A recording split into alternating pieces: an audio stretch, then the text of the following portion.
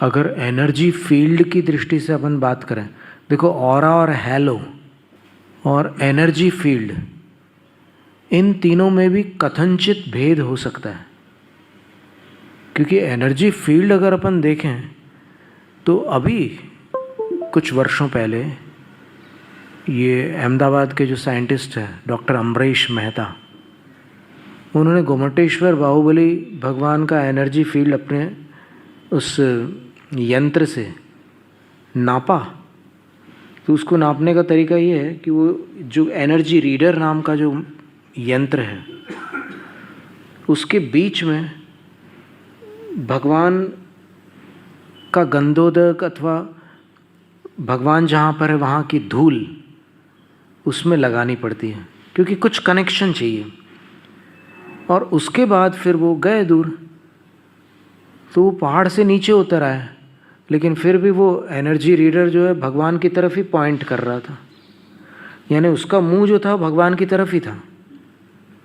आपने देखा है कि एनर्जी रीडर एक यंत्र होता है, उसको ऐसे पकड़ते हैं तो उसका जो मुंह रहता है वो जिसका वो अंश लिया गया है उसके अंदर सैंपल, वो बाल भी लेते हैं, कभी कभी मिट्टी भी लेते हैं, कभी स्किन ऐसे रगड़ करके भी लगा देते हैं उसमें, तो वो उसी तरफ पॉइंट करता है।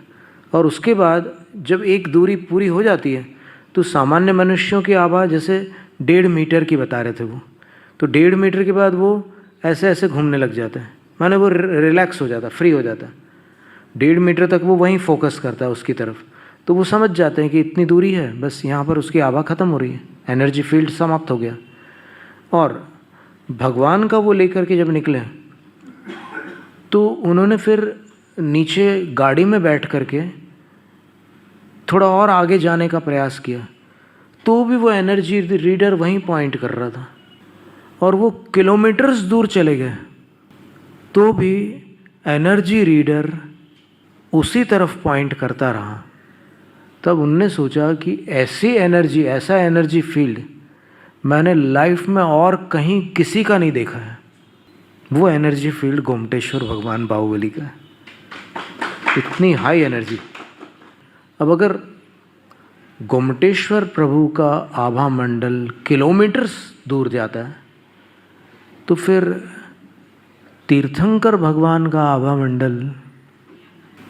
आभा मंडल ना कह करके उसको अगर अपन एनर्जी फील्ड बोले, ऊर्जा क्षेत्र, तो वो कितना होगा इसकी अभी अपन कल्पना नहीं कर सकते। अत्यंत विशाल होगा ये निश्चित है।